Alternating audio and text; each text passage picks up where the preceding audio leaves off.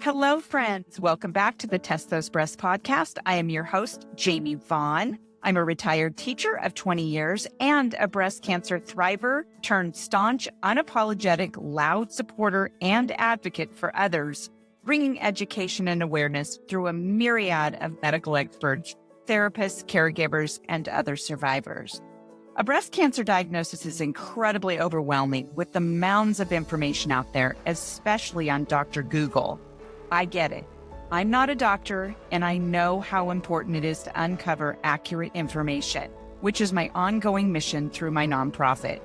The podcast includes personal stories and opinions from breast cancer survivors and professional physicians, providing the most up-to-date information at the time of recording. Evidence, research, and practices are always changing, so please check the date of the recording and always refer to your medical professionals for the most up-to-date information. I hope you find this podcast a source of inspiration and support from my guests. Their contact information is in the show notes, so please feel free to reach out to them. We have an enormous breast cancer community ready to support you in so many ways. Now let's listen to the next episode of Test Those Breasts. Well, hello, friends. Welcome back to this episode of Test Those Breasts. I am your host, Jamie Vaughn, and today I am so honored to have my guest, Ashley Flurry, on my show. So Ashley is a registered mammography technologist with over 9 years of experience working in breast imaging. She is the founder of Breast Imaging Matters Outreach, a community-based initiative focused on helping women understand their individual breast cancer risk earlier, especially those under 40 who may not yet be in the traditional screening system. Through her work, Ashley is bridging the gap between clinical care and community education by providing accessible risk assessments and empowering women to advocate for personalized screening and prevention. Hallelujah! Nice to have you on my show, Ashley. How are you doing? I'm good. How are you? I just want to say thank you for having me on your show, and I'm super impressed by the work that you are doing in your state.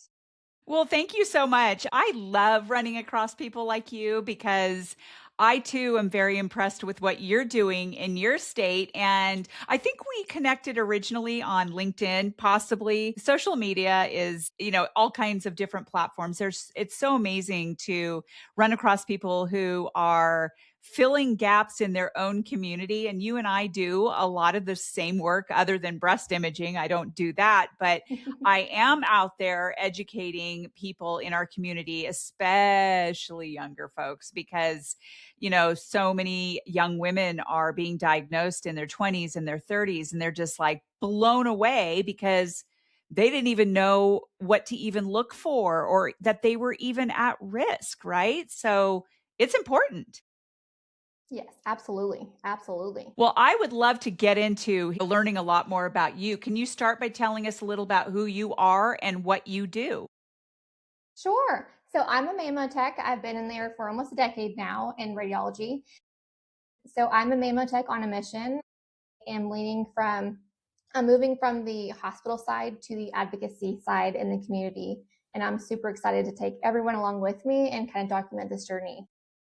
That's super fun because I have met a few different people in the United States where they were sort of in the same kind of realm that you're in, whether it be breast imaging or oncology specific to breast cancer awareness and screening and things like that, where they stepped away from what they were doing because they saw a need that needed to be filled, and here you are. And that's a pretty big step for you. That's kind of, I would imagine it's kind of scary in a way, with this, it's comfortable. It's something that you've always done. And then you're kind of going out into the world of, wow, what's going to happen? Correct. It's a big learning curve, but I'm here for it. Yes. Okay, good. Well, good. What is in your current role? What do you usually do day to day, and what are you seeing day to day? Sure. So I still work at the hospital, kind of PRN. But then when I'm not in the hospital, I'm doing those community assessments and building those partnerships with the community. So right now we're at the beginning stages and it's almost like a puzzle. I have to kind of link all those puzzle pieces together and create a navigation system for those high risk women that we are assessing and determining high risk. I'm just kind of laying out those partnerships. That way we can have those referral pathways and I know which direction and where to send those ladies. So right now, that's just kind of where I'm at now, is building those community partnerships and just kind of laying out the infrastructure of the nonprofit. I love that you and I are doing literally the same thing at the same Yes. time. And, I've been meeting with so many different people for the past 3 months. Every single week, my calendar is filled. I go and meet with them for coffee or lunch to tell them about my new initiative and building those relationship with community members. And it's just, I feel like that's kind of the fun part of all of this, right? And how Yes. people are excited and they're probably telling you, wow, you are exactly what we need in this community. And it feels good to be doing what we're doing. I love that. Love it. Sure. So I know your story is very personal. Can you share what led you to this work? Because that part is really important. Absolutely. So, like I said, I've been a mammotech for a while. What got me into mammo was diagnosed with breast cancer. And once you graduate X-ray school, you can stick in X-ray, or you can go into different modalities. And so, with my family history, I thought, why not? I wanted to go in, see if I enjoyed it, and I fell in love with it. So I've been in mammo for a while, but then my mom was diagnosed as well. So it's almost like a God thing that he kind of puts you in situations and where you are in your life. And then when you step back and look at the bigger picture, you're like, oh man, that's why I did all of this, is to be in those certain situations when they happen.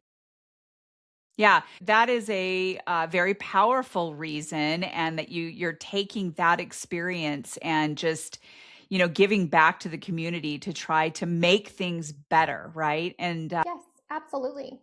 a lot of times I actually wonder, why was I given breast cancer and why am I in the space that I am now? Because I retired. I was a school teacher for 20 years and always loved education, always loved, helping other people. And I look back and think, gosh, okay, so I retired and then all of a sudden I get this breast cancer, and here I am a few years down the road with a Right. nonprofit, a podcast, going into the community and educating other people. So I love Yes. that it is so personal to you as well. Not that your aunt got breast cancer, but that you're here and you're helping. Thank you for Yes. that. You mentioned your mom's diagnosis. How did that impact the way you approached your own health? Well, so my mom was diagnosed in her 50s, actually. So she was genetically tested, which I'm super thankful that she did go ahead and get that test. But then I started to question, well, what if I was the genetic carrier as well? So my mom, she was diagnosed, and she has a TP53 gene. In textbook, they say you should start 10 years prior to your mom's diagnosis. So technically, I wouldn't have started until I'm 40 because I'm in my 30s.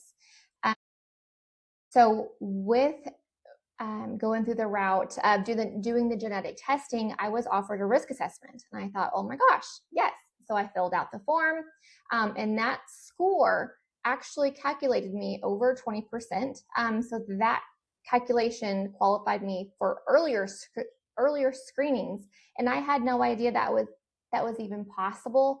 As far as, like, I'm a mammotech, and I didn't even know that people are not running these assessments. And so with that qualified assessment, I was able to start, at 30. So my mom's diagnosis really made me think about my own health and what can I be doing to be proactive on this journey. Okay, so that is really such an important thing for young women to do, especially if they know that there is a gene in their family. Like for me, I didn't have a gene. And there are so many people, I mean, most people don't have the gene and they get breast cancer, right? So we know that much. So that being said, Emma, my initiative that I'm about to launch on June 1st is all about getting into the communities where young folks are, men, women, whether it be sororities, any kind of, underserved communities where education is not getting to. And honestly, I don't know where the education is really coming from other than their OBs. Young women aren't getting mammograms. So, can you share with me, knowing what I'm about to launch, why that is so important? Why do people need to pay attention to this kind of work? Oh, absolutely. So the why is 70 to 80% of breast cancer patients, they report no family history of breast cancer. So that is why assessment matters, because it goes into an umbrella of things. It's not just breast cancer. It's, have you had any kids? When did you start your menstrual cycles? When did you go through menopause? Do you have any Ashkenazi Jewish heritage? There's just a lot of questions in that assessment that really calculate, that goes into that calculation. So it's not just family history breast cancer. So it's very important. All the other cancers that increase your risk of breast cancer, just having that calculation. The ACR recommends at 25, if you are Black or you have Ashkenazi Jewish heritage, that you run that assessment, because we do know that the Black community, they are more susceptible to more aggressive, younger, and diagnosed younger with the cancer. And so it is very important that the younger community, they do this risk assessment, because that's not being done until their very first mammogram at 40. So it's extremely important that the younger community actually just take the time and get this risk assessment done. Okay.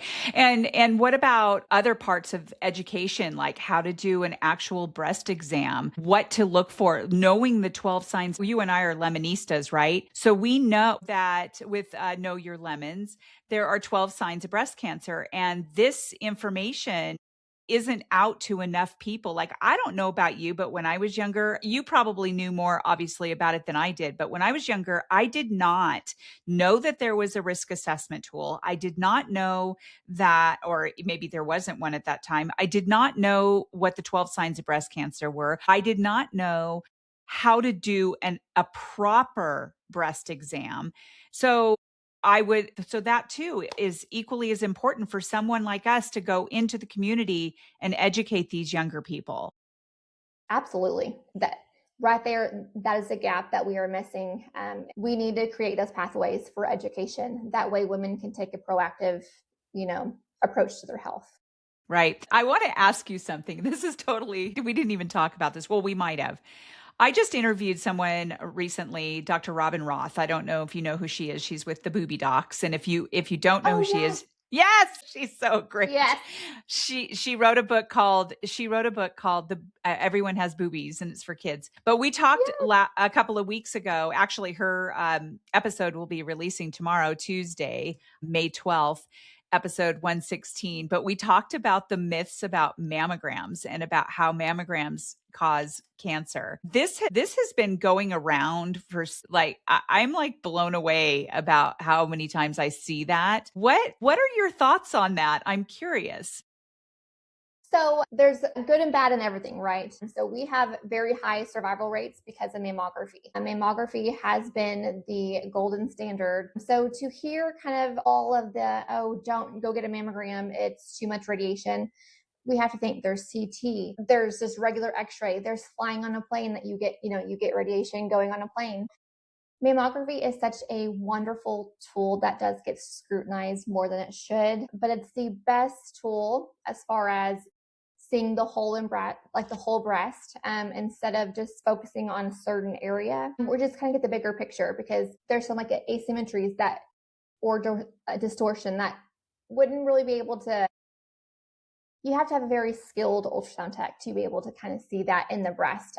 So that can be missed. So adding in mammography and just keeping that the standard tool is really the best thing for everybody. Robin said something that really made sense to me, because now I have a tool in my toolbox that I can use.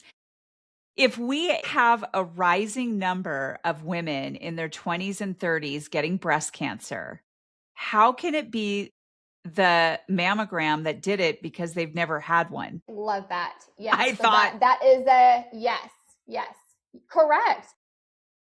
So, yes. So you have to think about, is it the food we're eating? Is it, the things, environmental things? And so there's a lot of things that we can be researching, right? And not necessarily just blaming mammo, because like you said, they haven't gotten the mammogram yet and they are getting cancer earlier. Really finding out the reasons why, environmental, health wise, that should be the focus, instead of just, saying, oh no, don't go get the, your mammogram. I mean, you can get radiation from eating a banana. Yes. Anyway, okay, well, thank you for addressing that, because I was so excited that she said that, because I never even thought about that. And it was like, duh. Yes. I mean, come Yes. on, people. What do people assume is happening in a routine doctor's visit that actually isn't? That's a good question. So if you're like me, again, I'm a mammotech.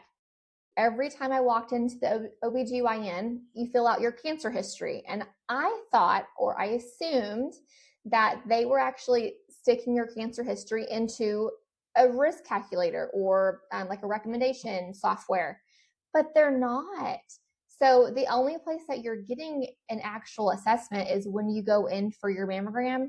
And there are free tools online that you can also do. But to get an accurate, like, following up, like, hey, this is what you need and you should start here, we aren't getting that at the doctor's office. Okay. And that's just kind of the gap that we're feeling, is that we need to be educating women prior to getting into that first initial mammogram appointment. Yeah, I think that's such a good point, because, I mean, obviously we want to trust our doctors and the healthcare system that things are being done, and things that we don't even know. It's just like, oh, this person is taking care of me. It's kind of like relying on your husband, or relying on your dad or your mom or whatever, anyone that is even that we think of as an authority. But those things aren't necessarily happening, and we have it's almost like hiring someone to do your finances and just letting them do it, and assuming that everything's okay, abdicating yourself from any kind of anything, just know that it's just going to be okay, when we actually really need to be educated on what's happening with our finances, what's happening with our businesses, and not just allowing one person, just that's how embezzlement happens, and Yes, yes. I know that's an odd analogy, but it's the same thing with your health. You have to take good notes. You have to know your own body. You have to know the right questions to ask. You have to know what is actually being done. So, to my audience, please, for the Yes. love of God, please get educated. Classes or any kind of, community event that's helping you understand these things more. Please go listen and understand your own body. Take care of yourself first. Right? Yes. Yes. We have to be our own auditors of our own health. Yes. I mean, and with that, another question I was going to ask you is, like, these 20s and 30-year-olds are falling through the cracks, and it's because there's such a huge gap. And as I had explained to you before when we were talking, I was on a cohort to look at the cancer spectrum of, everywhere from education before diagnosis, then into diagnosis, treatment, survivorship, and end of life, and looking at where all of those gaps are. And there are gaps in There's every lots. single part. And that education piece before anyone is ever diagnosed is a huge, huge gap. So again, I'm so thrilled that we're both going to be helping to fill that.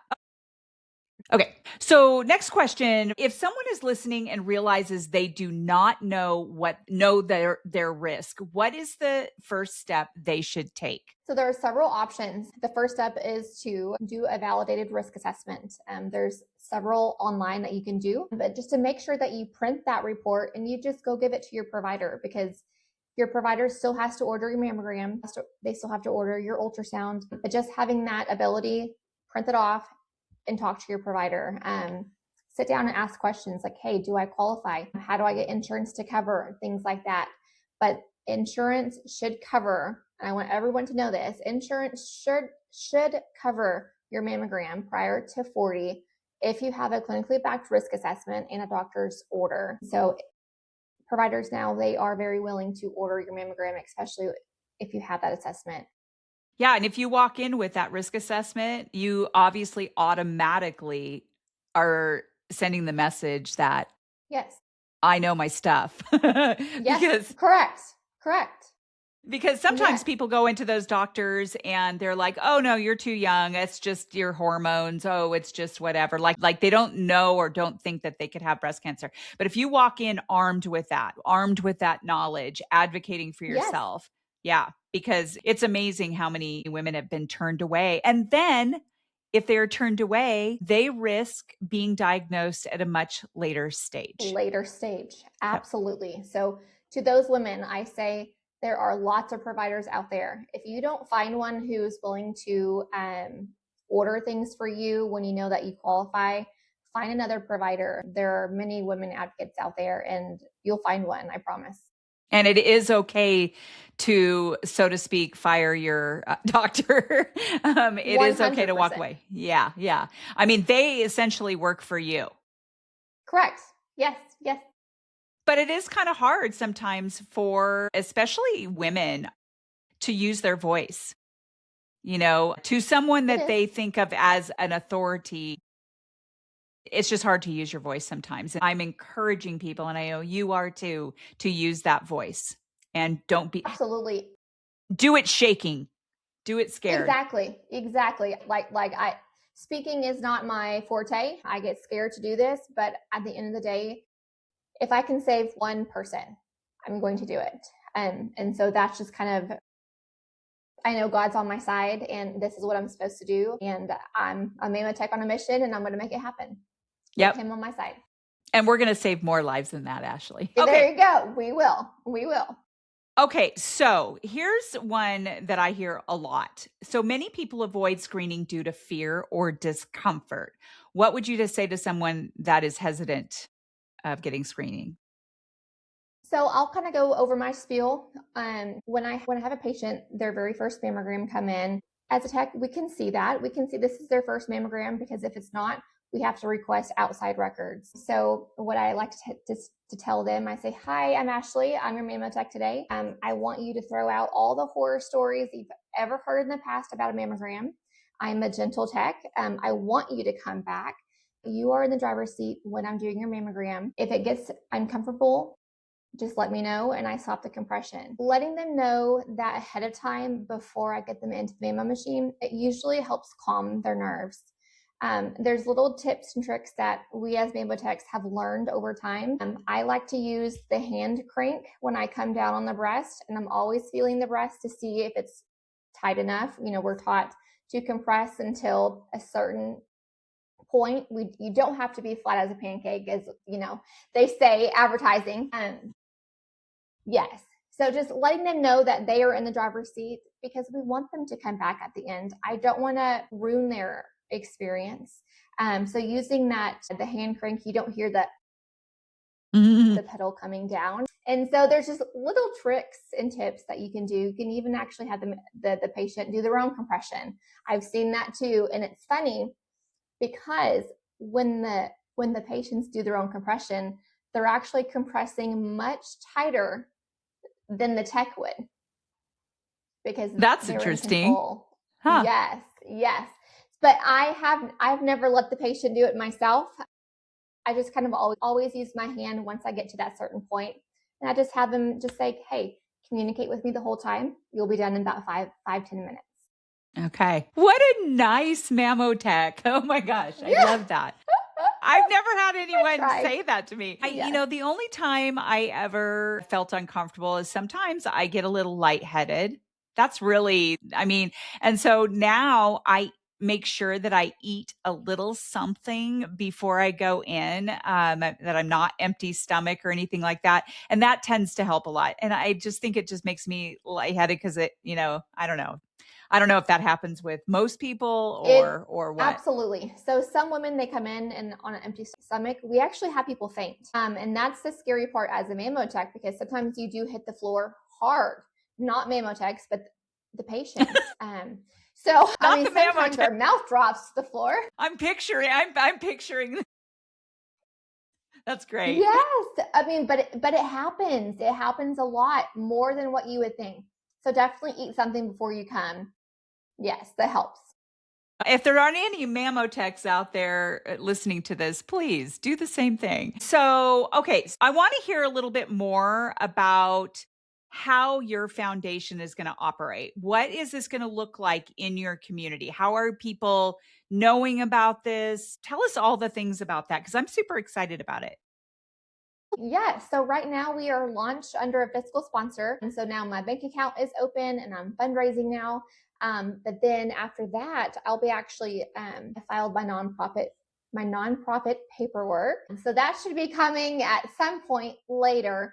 But the fiscal sponsorship that actually helps me get up and running sooner and just applying for those grants. And then from there, once we get funded, we'll actually have a facility here in Tulsa. We've been looking at offices, which I'm super excited. Women can come by and run their risk and then just pick up pamphlets. There's different avenues that women can take depending on their situation. So I want to have education that way women can pick up and they can take that to their provider if they need options like, hey, where can I get a screening mammogram? I want to be able to have them have those options as well. But other than that, we will be doing community outreach. We are thinking outside of the box a little bit. I want to have flyers at every gym, every holistic facility, every family practice, and even some of the bigger corporations. I have lots of ideas, but we need to be meeting women where they are and not just at health fairs because the standard 20, 30-year-old, even 40-year-olds, sometimes they're not going to those health fairs. So finding them wherever they are and digitally using social media and really displaying that QR code for women to scan. And then we're going to be following up with them afterwards. So I know you said know your lemons. So know your lemons will actually be their education, their 12 signs will be mailed to every patient that is flagged high risk, along with my density matter. So those are the two big partnerships that I have so far. So just linking arms and then being able to really give the patients the education and resources they need from multiple companies. I think that's the best. Working together is the best way. I was just going to say that is my motto. I think that when we are all working together, it just makes things better. And I just got some co-branded brochures and the big, huge poster, the retractable poster thing from Know Your Lemons. And I love My Density Matters. They are amazing too. So I'll probably want to get some brochures from them as well and be able to share. And I like the fact that you are going to have it in all of the gyms and really probably all the sororities on the university campuses. Right. Because that is also meeting them where they're at. And you're right. They're not necessarily going to health fairs and they're not really looking at old lady diseases as they would think, right? Yet. Yes. Yes. Yeah. And men. So I don't know if you are also focusing on men because, before I got breast cancer, I didn't even know men. I didn't even think about it. But now I've interviewed like 3 or 4 male breast cancer survivors. I'm like bringing them into the fold. And I do believe that men usually get it older, but I do believe that the men need to be learning about it younger. So as we wrap up here towards the end of our discussion, if every listener could walk away with one message, what would you want them to remember from this conversation? Be your own advocate, take the risk assessment, and be proactive on your health. Very good. Love it. Love it. And then what keeps you motivated to continue this work? I am on the mission to find others like me. I wouldn't have started my screenings until 40. And to me, that might have been too late. And so I'm very honored and blessed to be able to have that knowledge beforehand. That way I can have a closer, so they can have a closer eye on me and myself. Right. Yeah. So if you were, say, 28 years old and someone came into your community and they were teaching breast health classes specifically for their age group, would you have gone into the class? Would you have been interested in that? What would that look like in your life? Since you're younger too. 28. I'm not sure. I think I would have gone, but I think making it fun and thinking outside the box is critical for this age group. Okay. Yeah, That's a good question. Yes. Because I don't know whether I would have. So luckily we have the Know Your Lemons curriculum, and that is a fun way to teach about breast health. Let's be honest, it's way different than just having a little card in your shower and saying, "Oh, feel around your breast." That was all I got. And if I went into the OB, they would do a little breast exam, but even they did not do a breast exam the way that it should be done. And nor did they really even tell me anything like, hey, if you feel this kind of something or this or whatever. And I think back to my 28-year-old self and think, would I have gone to a class? So you're right, thinking outside the box. And also those statistics, that young women diagnosed at a young age is on the rise, and they don't have to have it in their family. So, all right, we're going to think about that, and we're going to figure out how we get these women and men in the room to hear what they need to hear, right? Absolutely. Yes. I think we need to figure out how to get the younger generation into the class, because like you said, a breast exam, I was never taught. So yep. Wonderful thing that you're doing. All right. Well, thank you so much. I am really impressed at what you're doing as well. And I'm really looking forward to staying in touch, updating each other on how it's going. I've got a launch on June 1st. And what that's going to look like is I'm having the community come together, sort of a soft launch, come together for a free breast health class. I'm going to show the community what it's going to look like in action. And then I will share, this is the MBA, My Best Act, and then tell people how they can get involved. And so I'm looking forward to your whole launch and all the things. Well, thank you. Yes, I'm super excited, and we will be continuing to talk and work together, even from a different state. This is super exciting. Yes. Yes, I love that. Well, thank you very much, Ashley, for joining us. And to my audience, thank you so much again for joining us on this episode of Test Those Breasts. And we will see you next time on the next episode. Bye for now. Yeah. Friends, thank you so much for listening to this episode of Test Those Breasts. I hope you got some great, much needed information that will help you with your journey.